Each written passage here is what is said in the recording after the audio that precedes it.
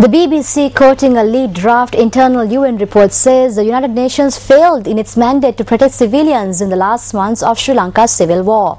Quoting the leaked report, Liz Doucet, the chief international correspondent of BBC News, says that events in Sri Lanka mark a grave failure of the UN.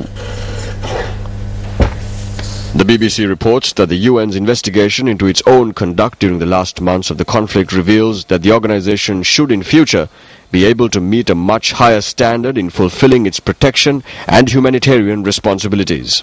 The report does, however, highlight the positive role played by some UN staff on the ground and the Secretary General, but it points to a systemic failure. According to Liz Doucet, despite the ground situation, this report points out that in Colombo, many senior UN staff did not perceive the prevention of killing of civilians as their responsibility, and agency and department heads at UNHQ were not instructing them otherwise. Citing the leaked report, the BBC says there was a sustained and institutionalized reluctance among UN personnel in Sri Lanka to stand up for the rights of people they were mandated to assist. The BBC also reports that the leaked draft explores how senior staff in Colombo had insufficient political expertise and experience in armed conflicts and in human rights to deal with the challenge that Sri Lanka presented, and were not given sufficient policy and political support from headquarters.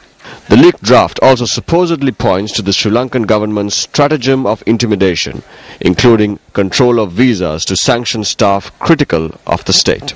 The BBC, citing the leaked draft, says that during the last months of the war in Sri Lanka, there was not a single formal meeting of the Security Council or other top UN bodies.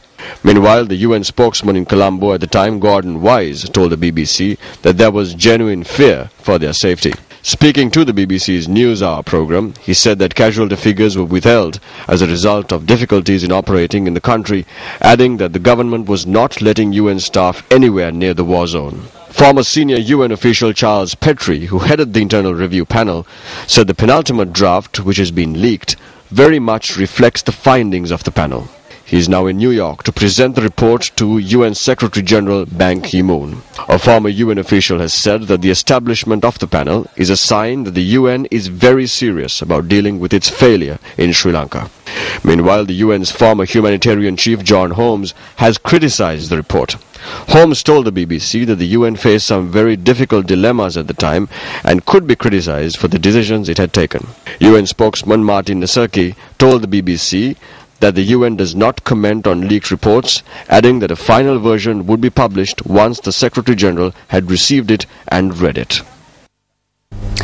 Meanwhile, at the UN daily press briefing convened yesterday, journalists questioned the UN spokesperson on whether Charles Petrie would be submitting the report to Secretary General Ban Ki-moon this week.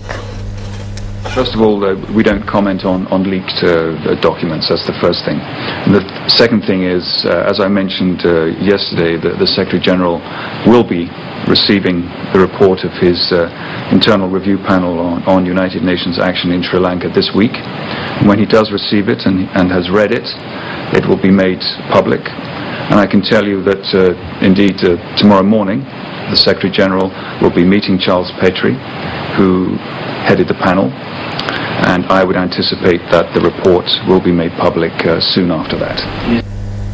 Furthermore, convening a media briefing in Colombo this morning upon his arrival from Geneva following the UN Human Rights Council Universal Periodical Review, Presidential Envoy on Human Rights Minister Mahinda Samarisinghe expressed these views on the report. Let's wait and see when the report is shared, official report is shared, what they have to say.